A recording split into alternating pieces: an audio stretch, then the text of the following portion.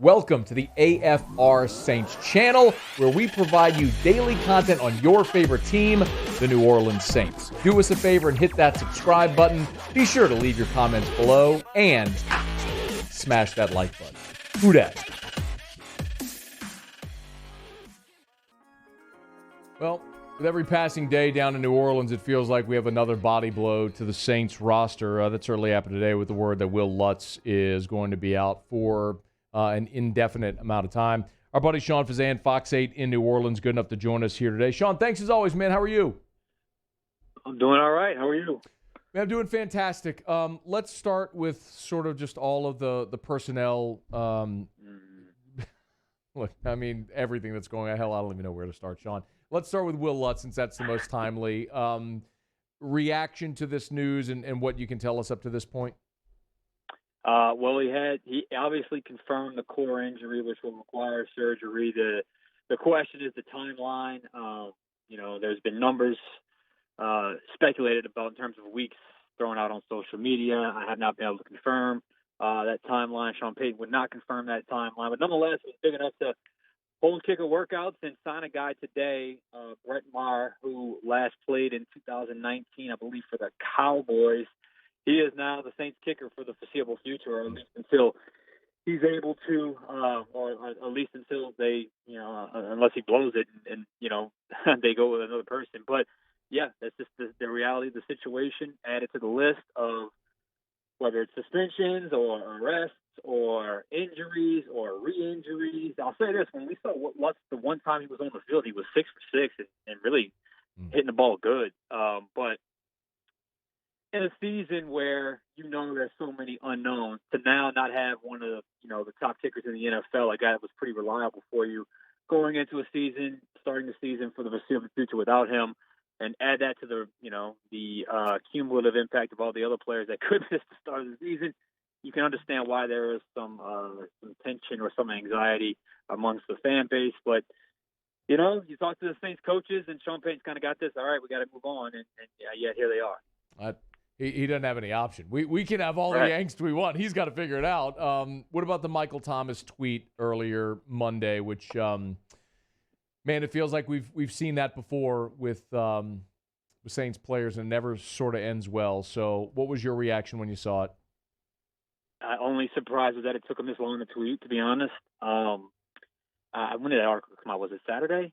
Sunday? Normally when the word gets out, Thomas is not shy about going to social media to voice his displeasure with just about anything written or said negatively about him that he catches window. Man, this is a tough situation, and if you read Jeff's article, which is pretty in-depth, pretty detailed, there was a situation where he got the second opinion, which is perfectly reasonable and normal within the realms of NFL player injury type protocol, but to basically go radio silent for the time that he did, at least according to that article, is certainly not a good look from your star player who was just paid a lot of money.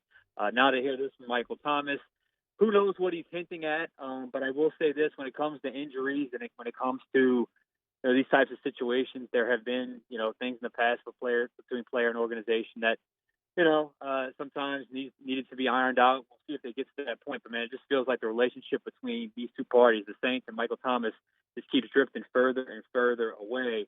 And, who knows what the future holds. We know he's on PUP. We know they're moving on with other players, at least in his absence. We know for a fact that the Saints coaching staff is much higher on their receiving core than a lot of us in the media seem to be heading into the training camp. And through first 10 practices, he'd say they've made some plays, but with a group that's mostly unknown, you need something other than your own guys to really measure that against. So I guess we'll see. But again, nonetheless, this is a situation that they're in. It's just really tough when you talk about a guy that was really on the path to superstardom, and now over the last 2 years, year and a half, whatever it's been, it's just been one thing after another, and you just got to wonder, how fractured is the relationship between he and the Saints. He's Sean Fazende. He's on Twitter at Sean Fazende, Fox 8. He's with us here talking some Saints camp. All right, let's talk about the guys who are actually there. Everyone keeps asking about the quarterbacks. You're there every day. I'm following you on Twitter. Am I reading it correctly to say that it seems as though maybe Jameis Winston has started to separate himself at quarterback? Not to me, no. Okay. I think it depends on what you view or what you're looking at. He had a good practice today. I think I think he struggled on Saturday in the red zone situation. I thought he finished well today.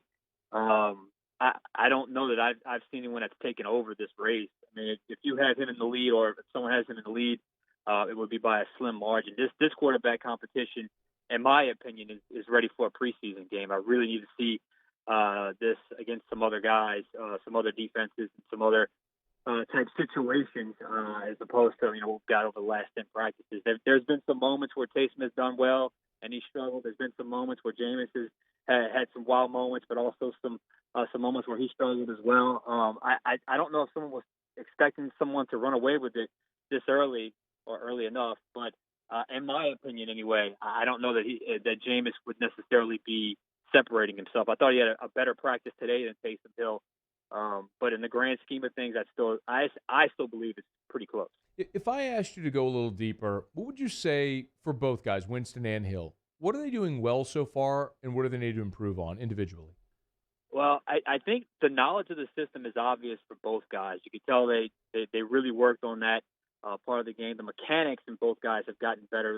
Jameis had some footwork issues last year. He certainly feels like that has improved. Taysom had footwork issues, obviously, last year. That has certainly improved. The weight loss, in my opinion, has helped Taysom. The leaner he is, it just feels like it's helped with some of his mechanics and his throwing motion as well.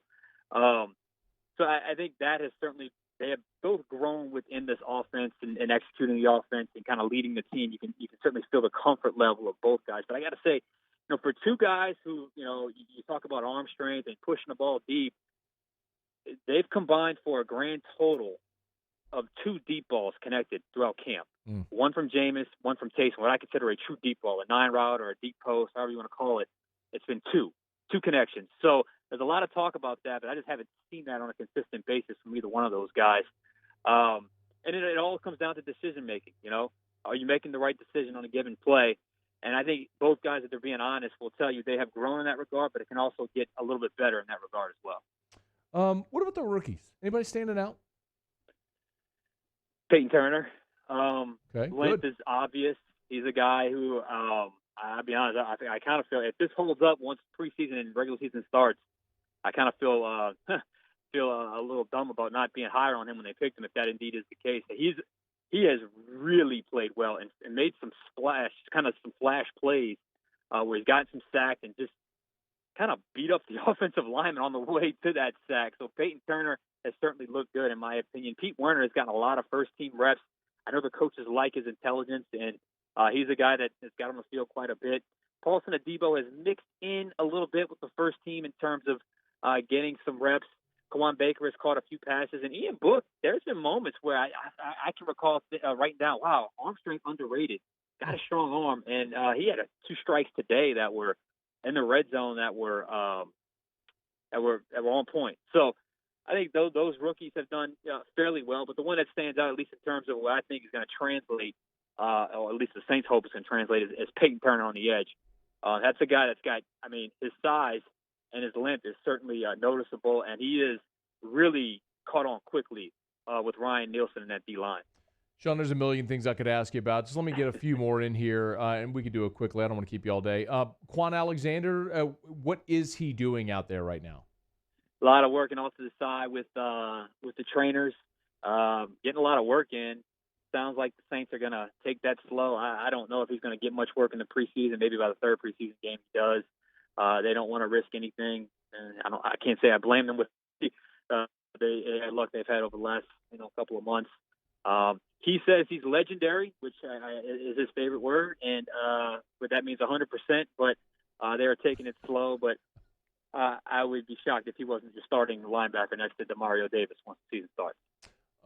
There are reports that former first-round draft pick CJ Henderson is available for trade.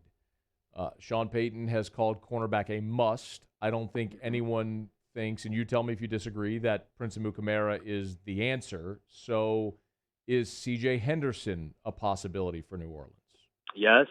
Anyone who is available at a reasonable price that can play is going to be someone the Saints consider. They are not set at cornerback. Everyone knows it. Sean Payton knows it. You can see it on the field. Even when you see a pass break up here and there, you have to look at it and kind of project it to what would happen in the regular season. They are not set at cornerback, and that is the biggest vulnerability. And they can lose games.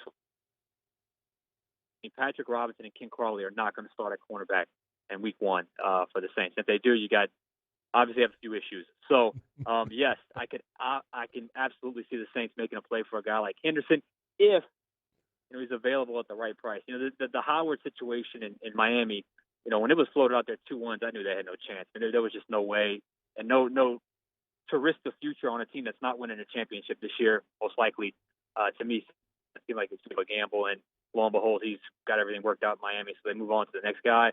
But the trade route was always going to be the route to get the clearest upgrade at that position. So whoever becomes available, the Saints will be major players, in my opinion, to get that player.